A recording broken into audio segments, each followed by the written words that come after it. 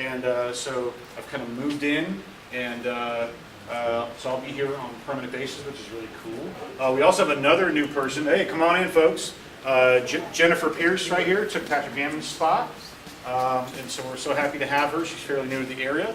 And Steve Dolan in the back is part of our team. He's volunteered, and he's also been a seasonal ranger here for quite a few years. So you may see him on the beach fishing. That's where he likes to be. So we're here tonight to talk about World War I. And we did this in Ocracoke last night, and we had many people come up to us, and they're like, we thought there was a typo on your poster, or we heard the ad on the radio, and we thought it should have said World War II, because World War I really didn't happen here, did it? Yeah, and as we're going to find out in just a few minutes, absolutely World War I came to the shores of Cape Hatteras. But to kind of give a kind of a review of World War I in kind of a Twitter kind of way, I guess. World War I, for those who don't know, started in Sarajevo, Yugoslavia, with the assassination of the Archduke Ferdinand. And the reason why I know that, and I wouldn't not have known that ever, but I've actually been to Sarajevo, and they have a huge museum right in the corner where all the action took place. And so it's pretty cool, so it's etched into my mind. So that's where it all kicked off there. And so World War I was really, I mean, all wars are nasty, but World War I in particular was probably the cream of the crop. For I mean, they were using chemical warfare, biological warfare, throwing mustard gas everywhere. Really ugly. The trench warfare. Think of the trenches of France, Belgium, that area where you didn't want to be there. If you didn't die of a bullet, you died of disease. That type of thing. Ugly, dirty, nasty. Of course, all wars like that. But World War I in particular was pretty ugly stuff. We saw the machine gun sort of come into play, although it had been around for a little bit prior to that, but that was the first real big stage. And there was still old school warfare going on, where they were still charging the other side, and they would just get mowed down in thousands. So World War I, pretty amazing, but it also saw the development of the German U-boat, and that's why you guys are all here today. We have Mr. Michael Lowrey. He is the associate editor of Carolina Journal and a main contributor to uboat.net. He went to school at UNC Chapel Hill, graduate school at NC State. Very conflicted with those two diplomas hanging on the wall. And so we had a great talk last night, and it'll be even better tonight. So I'm going to hand it over to Mr. Lowrey. Everyone give him a round of applause. Yeah, those two diplomas definitely flashed from the wall, the light blue and red. So yeah, U-boats off North Carolina coast in 1918. Let's talk about the U-boat war in 1914 to 1918. Apologize for lighting. And specifically the war at sea. World War I at sea is really a tale of two blockades. A British blockade and a German counter-blockade.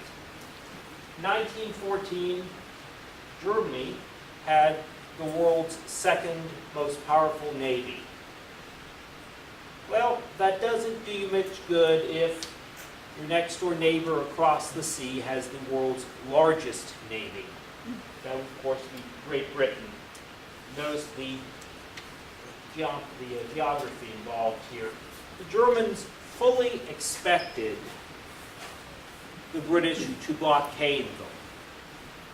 And indeed they did, but not in the manner the Germans expected. Traditionally, blockades had involved ships sitting off the other country's coast, literally blockading their ports. That's what we saw during the Napoleonic War. That's what we saw during the American Civil War. That's not what the British did. Instead, the British engaged in a distant blockade. Their main fleet was based in Scotland and primarily the Orkney Islands at Scapa Flow. To keep the German battle fleet from interfering with this blockade, of cruisers and converted ocean liners that was basically stopping and searching all shipping coming into the North Sea. The Germans did not expect this. They thought the naval battle would be fought right here off their coast. So, in response, in February 1915, the Germans announced a counter-blockade. A blockade of the British Isles by the only option open to them. That option was submarine. Germans would sink merchant shipping going to England and France. Now, two problems here. One, the Germans didn't have enough submarines in 1915 for this to be really very effective. They would later on, certainly. And of course, the blockade tended to infuriate neutral countries, particularly the United States. And this German submarine blockade very much was a critical factor in getting the United States into the war against Germany and Austria. So how successful were German and Austrian submarines in World War I? The answer is very successful. World War I, U-boats sank 12.6 million tons of merchant shipping. Also sank 11 battleships and 20 cruisers, and overall sank, damaged, or captured 7,500 ships. Here's the critical point. 1917, U-boats sank over 6 million tons of shipping. That's as much tonnage as U-boats sank in 1942. That's right. As bad as it was out there in 42, that's only as bad as it was 25 years earlier. Not worse, as bad. And April 1917 is the most successful month for German submarines in either war. Along the way in World War I, Germany lost 178 submarines. And you can see where they were based. Germany, High Seas Fleet, occupied Belgium, Mediterranean, Black Sea, Baltic, and 2 U cruisers, which we'll talk about. And the map again. So where exactly did German submarines operate? Baltic, right? Makes sense. From Germany, North Sea, around into the Atlantic and Bay of Biscay. Think maybe 300 miles out. Not across the Atlantic in general. Mediterranean. Okay, Austria-Hungary is a German ally. German submarines operated very successfully out of Austrian ports. Austria had its own submarines. You've seen The Sound of Music, you know that. Fun truck, hey. Of course, the Ottoman Empire, also a German ally. So German submarines actually operated in the Black Sea in World War I. They also operated in World War II, by the way. Strange as that may sound. So, let's talk about German submarine types. We think of warfare, we talk about a type of ship, we normally think they're all the same, or relatively the same, or a couple types and small innovations. It's easy to describe.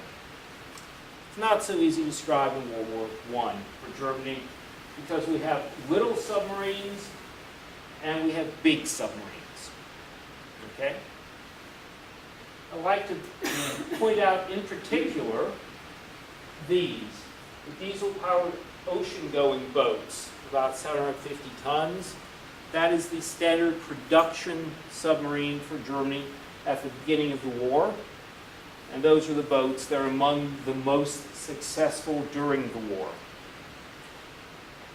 Okay? They have some limits, though, we'll talk about.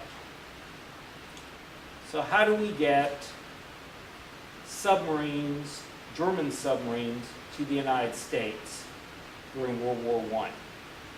If those diesel-powered boats got some limits. Well, the answer is something called, as strange as this may seem, the merchant submarine. Yes, the merchant submarine. How does Germany trade with the United States in 1915, 1916, 1917? Before, the United States comes in the war. It's hard, right? There's a British blockade. German ships can't just sail to the United States. So various people in Germany came up with the idea of trading with the United States via submarine. This included the Krupp firm, arms manufacturers you may have heard of. Krupp had significant interest in the United States. They also owned a shipyard called the Germania Werft in Kiel, which was the leading producer pre-war of submarines. So they decided in 1915, let's build 2 merchant submarines to sail to the United States. This is significant as it makes Germany build bigger submarines, bigger than their standard production torpedo attack diesel-powered sub. The first of these 2 merchant submarines was called the Deutschland in Germany.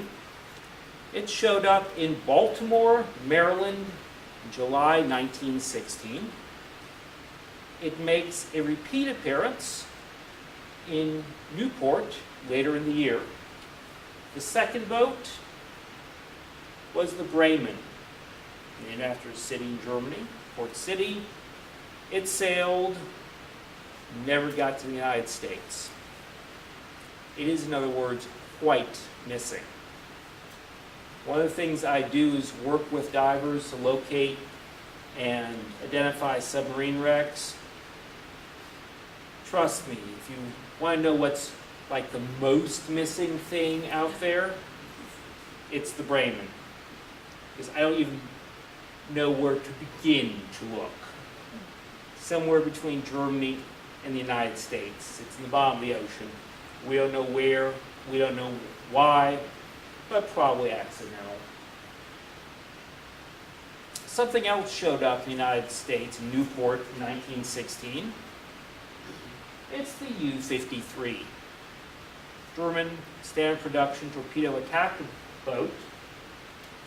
Sailed across the ocean, sailed to Newport, October 7th, 1916.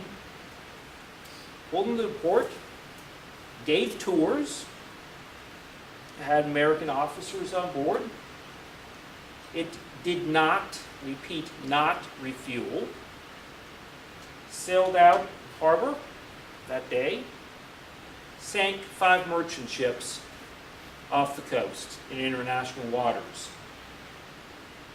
The idea was to send a message to the United States that if they came into the war, that German submarines could operate off the American coast. No one was killed in these sinkings, by the way. U-53 then sailed back to Germany. Its entire patrol took about 6 weeks, which is about the limit for those standard production U-boats.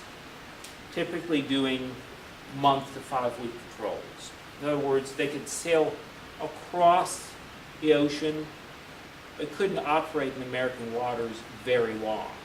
This was a stunt. Now, what do you do with merchant submarines, or even larger purpose-built submarine subs, when the United States comes into the war against Germany? Well, roughly, you do that with them. You arm them, right?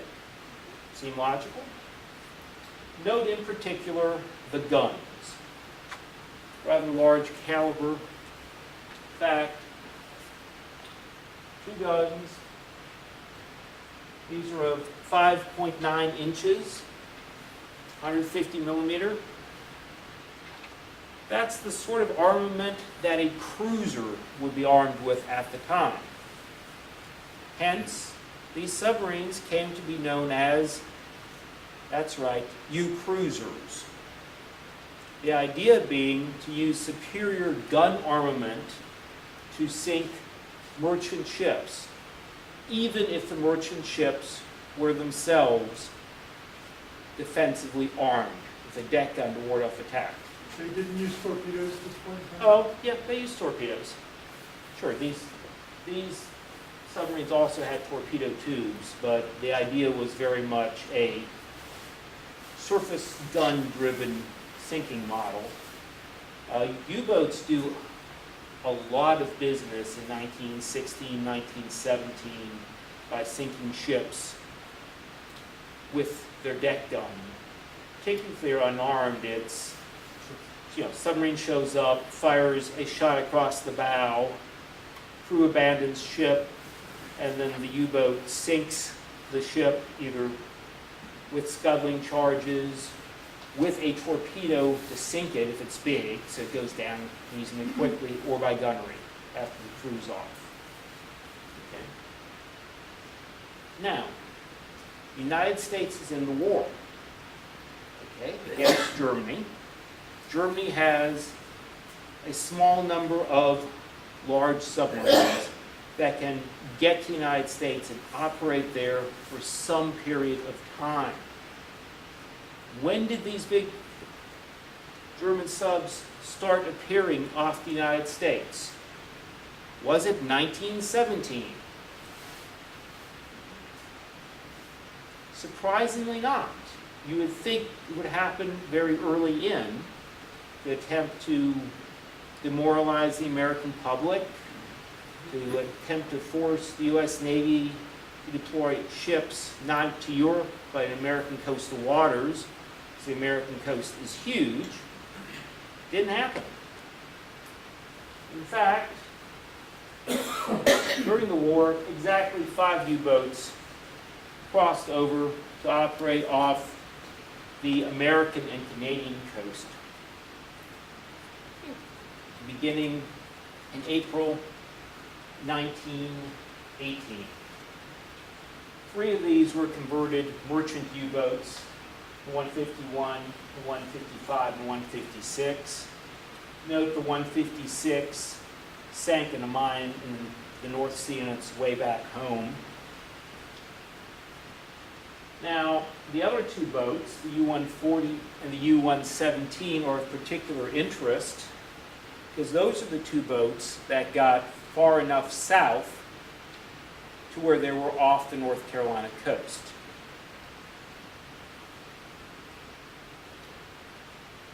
A bit of a size comparison for you. Give you an idea how big these submarines were. U-117 and U-140 are much bigger than those 4 Type 7C boats that were sunk in 1942 off the North Carolina coast. In fact, U-140 is about as big as the standard production American Gato-class boats are used in the Pacific in World War II. Okay? One other difference is the speed. You'll note these German submarines in World War I are only good for about 15 knots, whereas the World War II U-boats, the Type 7C and the Type 9C, can make about 18, and the American boats can make about 21 knots. What's the big difference? What changed? Basically, the engine technology. The diesel engines over the 25-year period got much better. That allowed for much higher speeds for a World War II submarine as compared to a World War I sub, but otherwise the technology in general is very, very similar. Not a huge difference. Note also the U-117 was a mine layer. We'll get to that in a moment. About 10% of the ships the Germans sank by submarine in World War I sank on submarine-laid mines. It's a big deal. Let's talk about U-140. Its commanding officer was Korvettenkapitän Waldemar Kupfermel. Sailed on July 2, 1918, got back to Germany on September 20th. Along the way, it sank 7 ships of just over 30,000 tons of shipping. Kupfermel is a name you should know. He was the 11th most successful German submarine commander of World War I, 20th most successful German submarine commander total for both wars. Sank 157,000 tons of shipping. That's a lot. Was he awarded the Iron Cross? Yeah, of course. Because the Iron Cross is not really that high of a medal for submarine commanders in either war. November 1915, he was awarded the Royal House Order of Hohenzollern.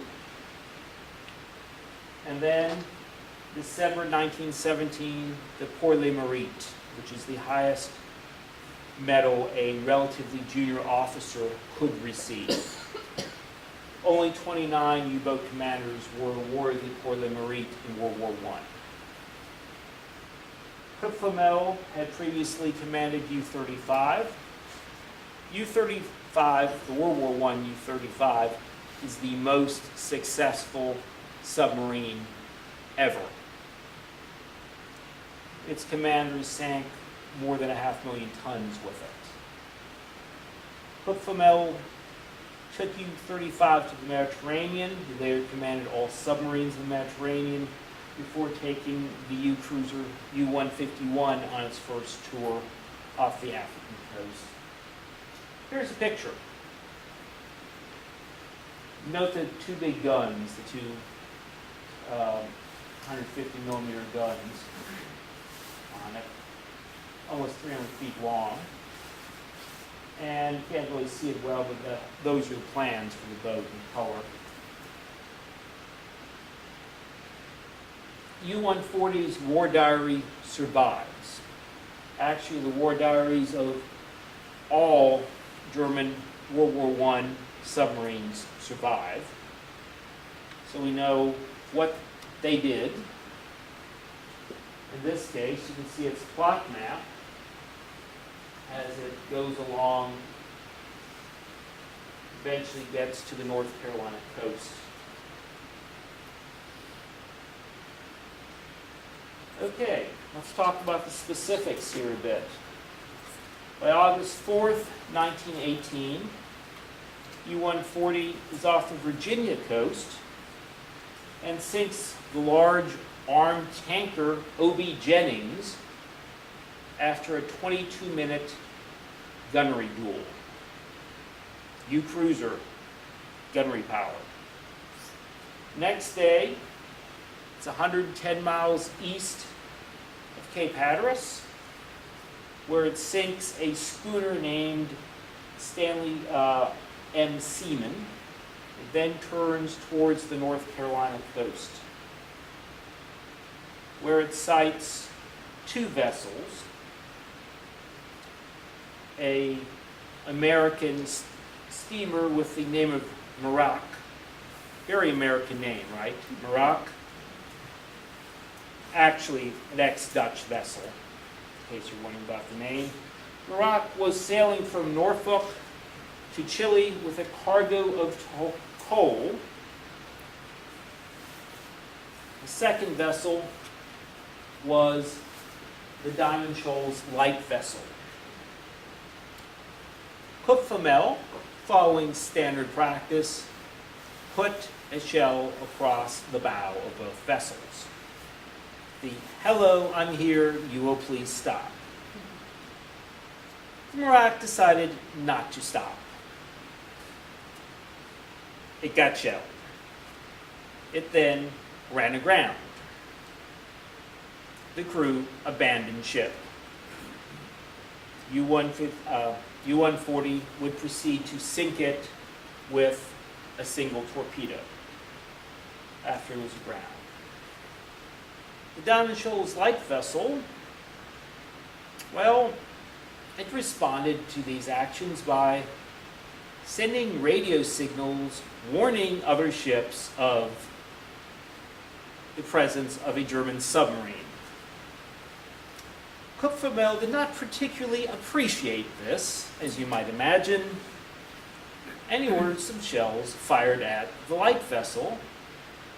The light vessel's crew took the hint and abandoned ship, and U-140 proceeded to then sink the light vessel using gunnery. No lives were lost in this incident.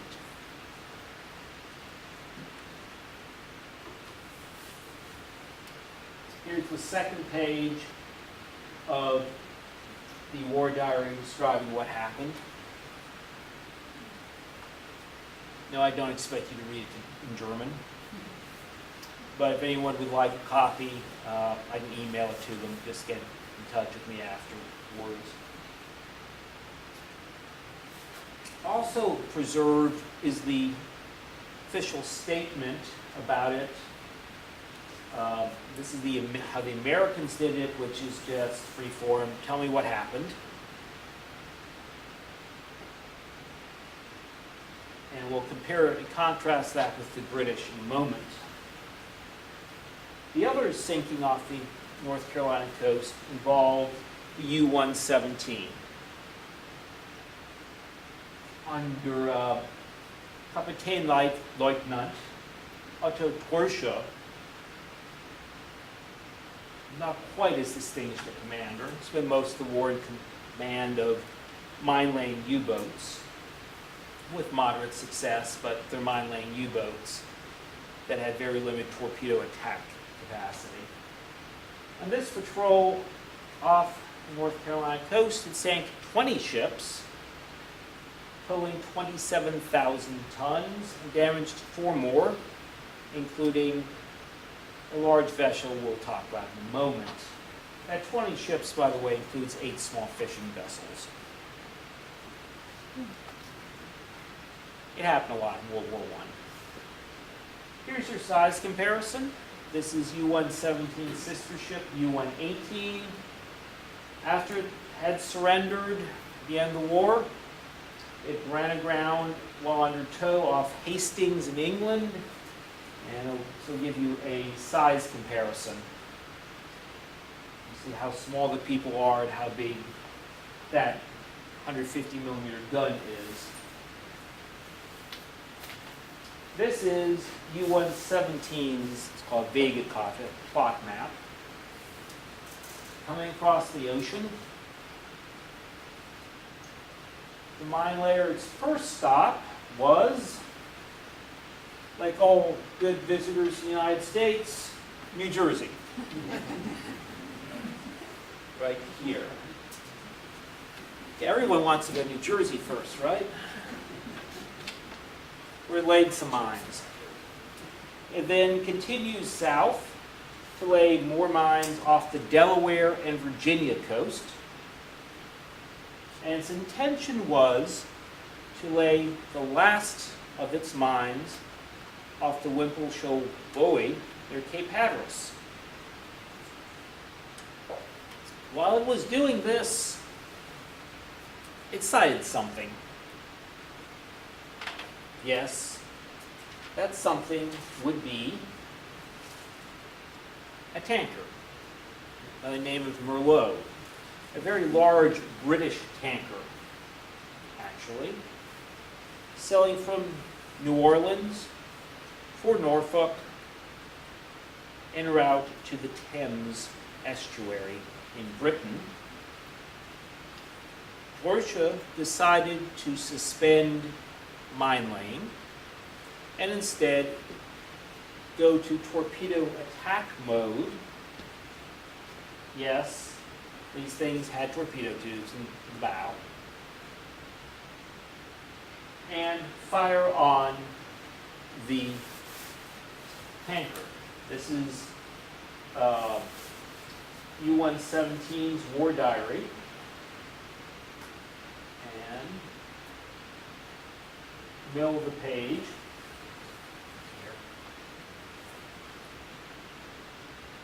Torpedo Schuss Treffer. Torpedo shot hit. Type G6 AV plus torpedo, tube number 1, range 400 meters, hits the tanker. Tanker fully loaded. That's not a good combination, really. 10 minutes later, the tanker went boom.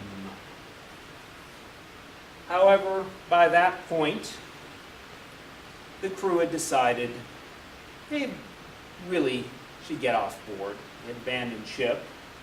Crew of 51. 9 crew members were killed when their lifeboat capsized. The other 42 would be rescued in one of the most heroic rescues ever in the history of the life of the rescue service. Escapes me at the moment. When the surf boat number 1046 from the, I'm going to mess this up, I know it. Thank you. Yes, Chickamaucomico. I hope there's no quiz because I won't be able to repeat that in half an hour. No short-term memory.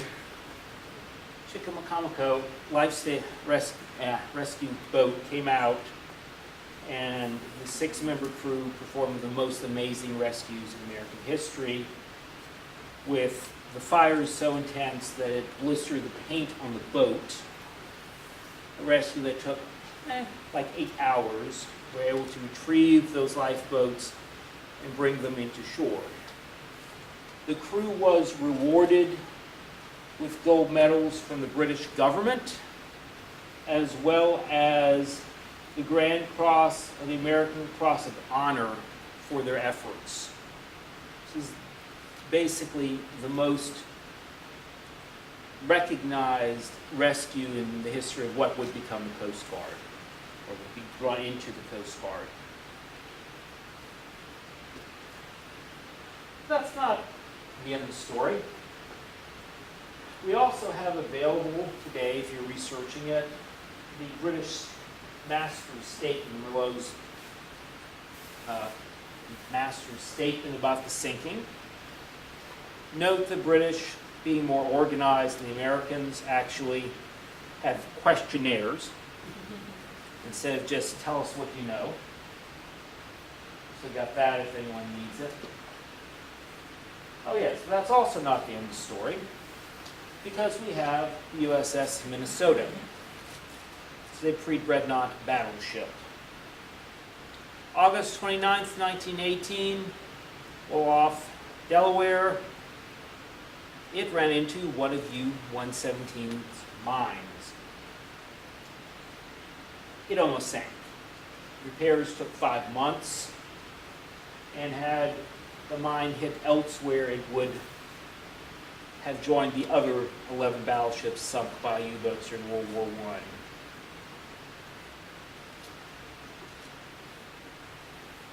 the Cape Hatteras minefield proved, by the way, to be ineffective. Nothing sunk there. So what happened to U-117 and U-140? Well, they came back to the United States as prizes. Under the terms of the armistice, basically all German submarines were surrendered to the Allies. The U.S. got 6, including U-140 and U-117. These were, that's U-117 all the way on the left, by the way. Well, some of the smaller boats that were surrendered.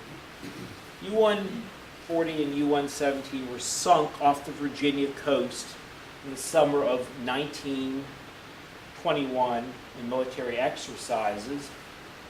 One of those was actually sunk by Billy Mitchell in the early demonstration of air power.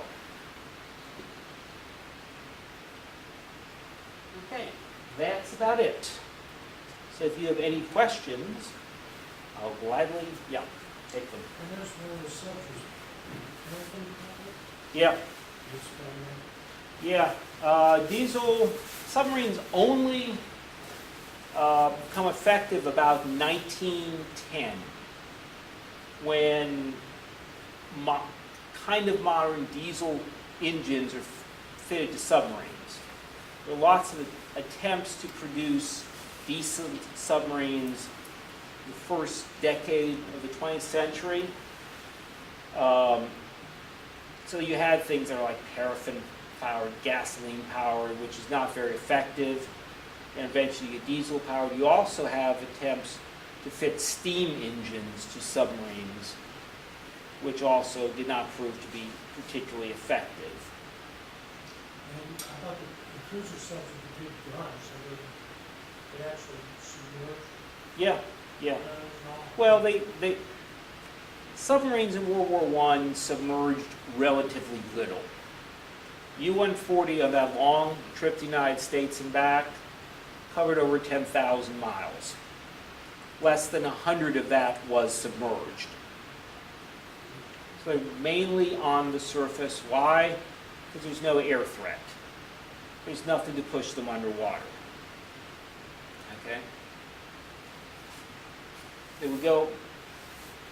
They would submerge occasionally if they sighted a vessel they didn't want to deal with, like patrol vessels, or to get into attacking position, or to practice diving. Other than that, submarines were largely on the surface in World War I. The merchant submarines, did they actually, they were coming here, did they trade? Yeah, Did they bring yeah. carriages? Yes, they traded. Synthetic dyes came to the United States, and the Germans brought back nickel, tin, and rubber. Kind of these strategic metals for the day, or strategic goods the Germans needed. The value of the stuff that got brought back to Germany far exceeded the cost of building the submarines. Strange as that may sound. It's true. Yep. How deep did the German submarine go as far as depth is concerned? I believe the design depth, the listed design depth in World War I was typically 50 meters, which would be about 165 feet. Obviously, that's theoretical. We'd probably go a little bit deeper than that, down to probably 250 maybe. Does not matter that much, simply because the anti-submarine warfare is very primitive. The depth charges are primitive, and you don't have sonar, active sonar, to position the submarine for the patrol vessels trying to sink it. It's much deeper in World War II. Yeah. How did they exhaust the diesel engine running water? They didn't. In World War I and World War II, you run the surface of diesels, and underwater you're running off batteries. because it's the same problem as like having your car in a garage, right? You die from, turn the car on, you die from carbon monoxide poisoning. Same thing with a submarine underwater. The Germans late in World War II, because being on the surface to recharge batteries is a problem because the Allies had way too many planes, came up with a solution called the snorkel. It's an air tube. So you can exhaust your diesel that way, and there's some drawbacks to it. Well, less so than being on the surface. But a lot of U.S. submarines in the 50s are refitted with snorkels too. If you've ever been at the Clamorgan down in Charleston, it's got a snort. It's refitted with a snort. Anyone else? Yeah. You said on the USS Minnesota was one of 12 USS ships that were attacked. Can you name some others? Who were attacked? Well, the most famous one was U-156 when it was off the U.S. coast. It laid a minefield that accounted for the armored cruiser USS San Diego off Fire Island, New York. It's the most famous. Also, U-53 we talked about. It sank an American destroyer in the Jacob Jones in late 1917.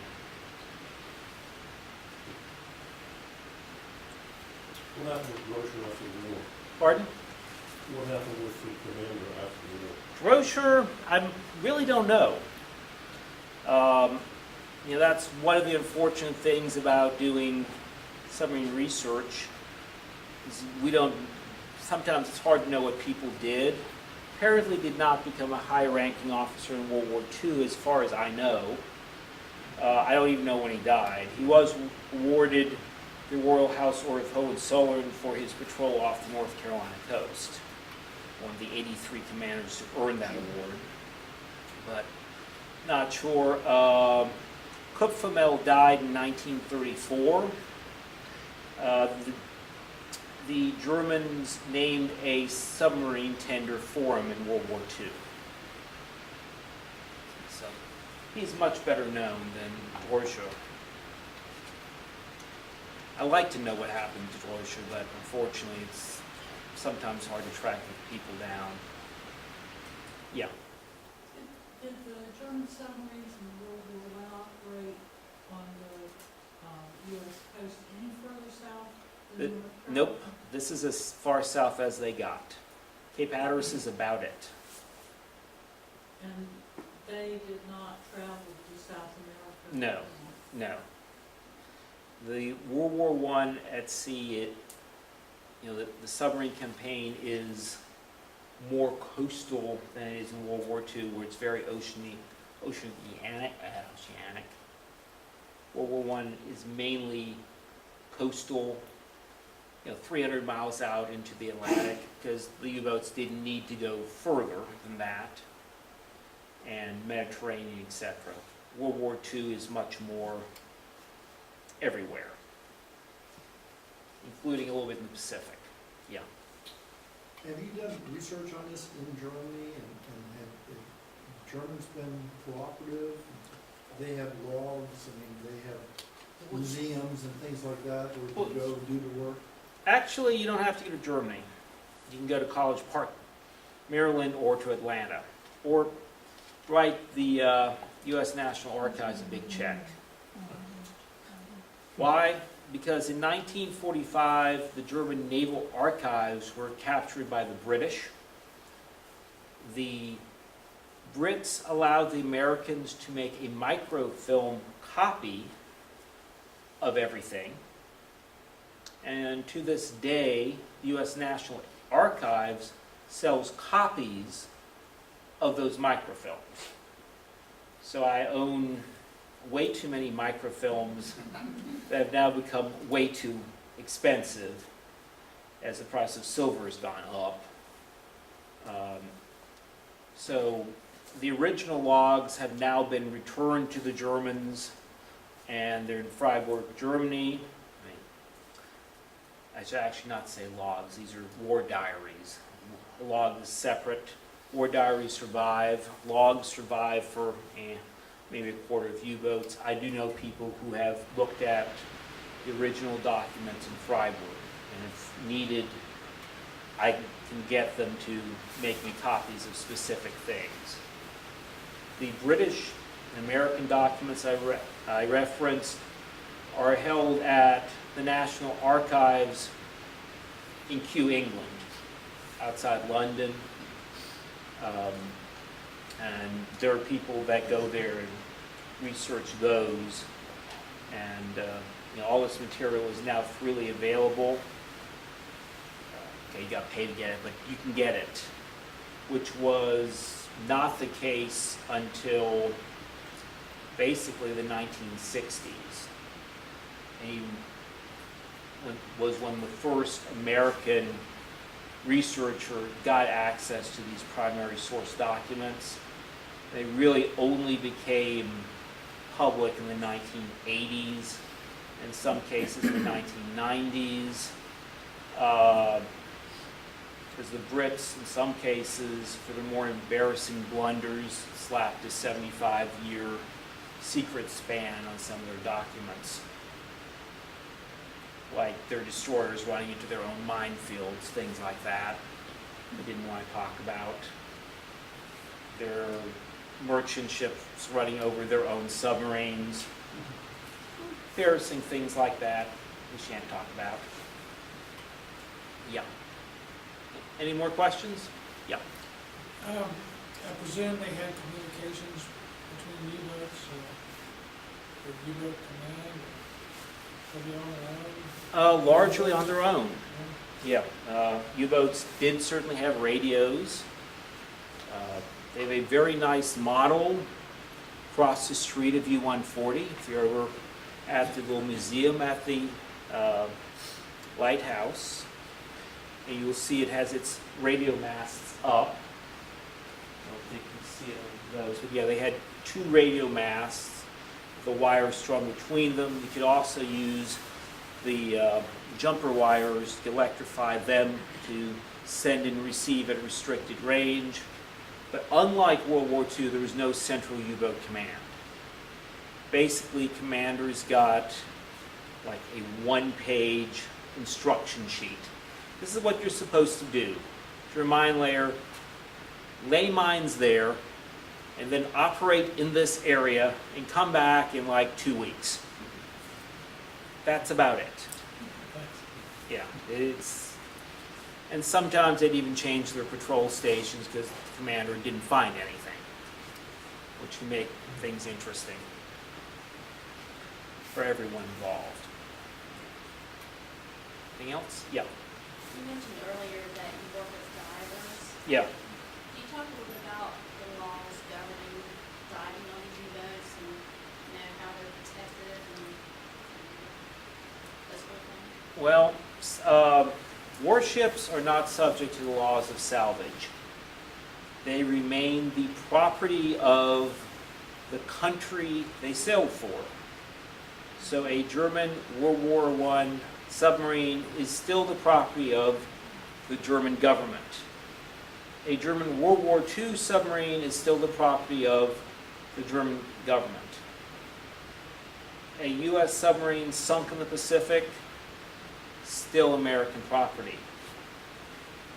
Which means you can't really obtain legal title to anything you bring up from a submarine. But there are divers that like to dive them. There are divers, of course, that like to bring up stuff and put it in their garage because, it's cool to them and not share.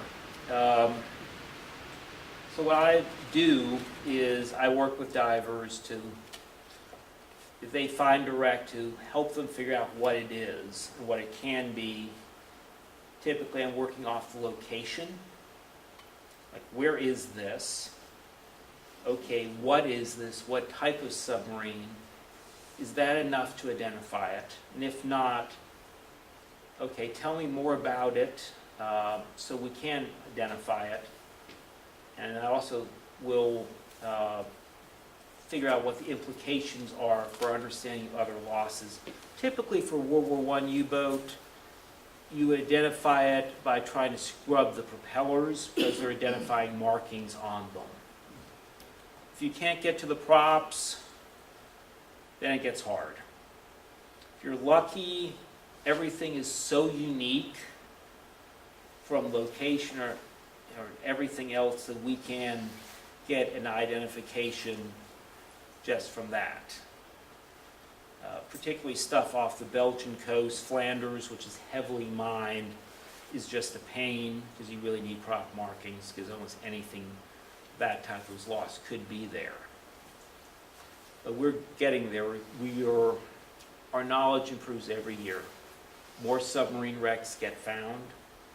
For example, the U-576 from World War II was just found this year off Hatteras. U-26 from World War I was found in the Baltic. A Russian submarine lost in World War I was found in the Baltic. I'm working on a submarine wreck right now off Penmarsh, France.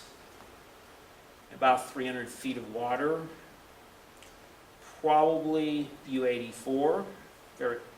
Don't know how it got there. You know, the divers have filmed half the wreck. There's enough information there to where we can tentatively identify it, but I don't know what happened.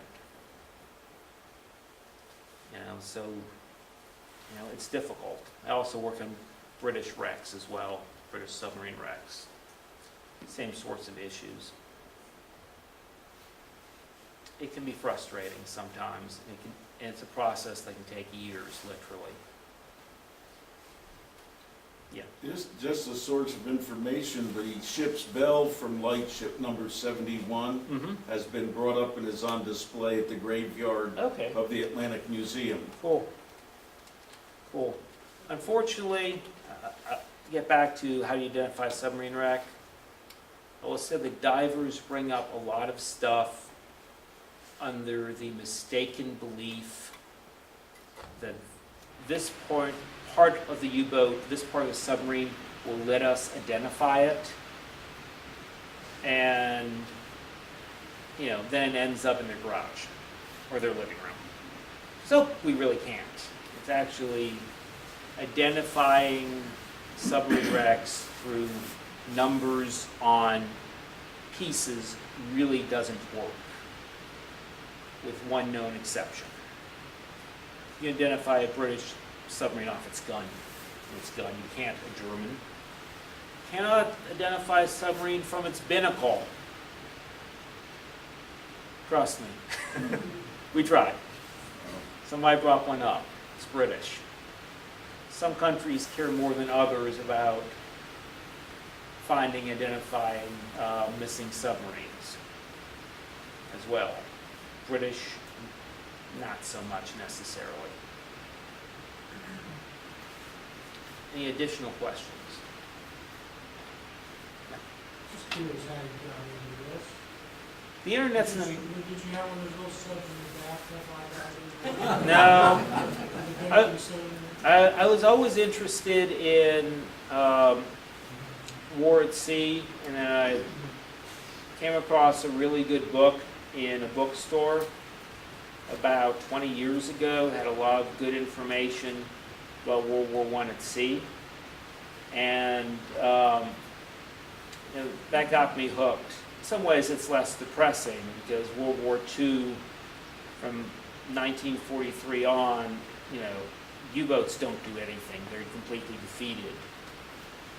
So men sail, they don't come back, and they don't sink much of anything. It's very unproductive. But you know, that plus the internet got me into it. Yeah. I was wondering if the recovery of the U-boats, if they're focusing more on trying to get the remains of the sailors back, or is it you know, for the country and the families and stuff, or whether it's just the boat and maybe It's- the technology? It's, at this point, it's trying to find and identify the submarine wrecks so we know what happened to them. There are no attempts to try to raise them and recover remains, which would be very difficult, to say the least. I mean, some were raised during the war, a few were raised afterwards, but no one is seriously attempting to, recover remains from these submarines. It's, you'd effectively have to raise the submarine. There's no money anywhere to do that.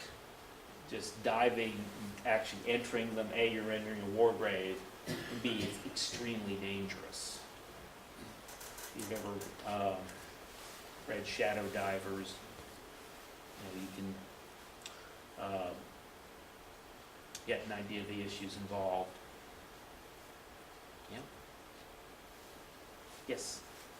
If you had to guess where the Bremen or Bremen.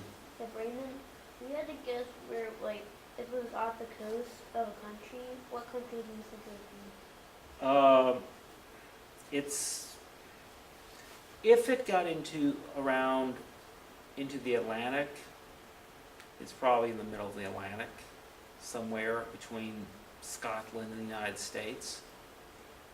That's like about 3,000 miles, somewhere. There are things, unfortunately, when you do this, you have to accept that you'll never have an answer to. And, I mean, that's frustrating. And, if you're the sort of person where that will bother you, don't do this. Because you won't be able to sleep.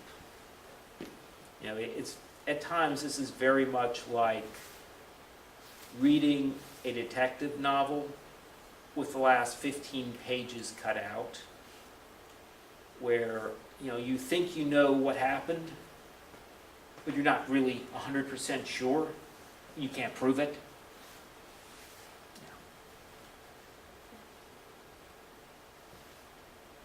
All right, well, let's get a big round of applause for Mr. Lowrey.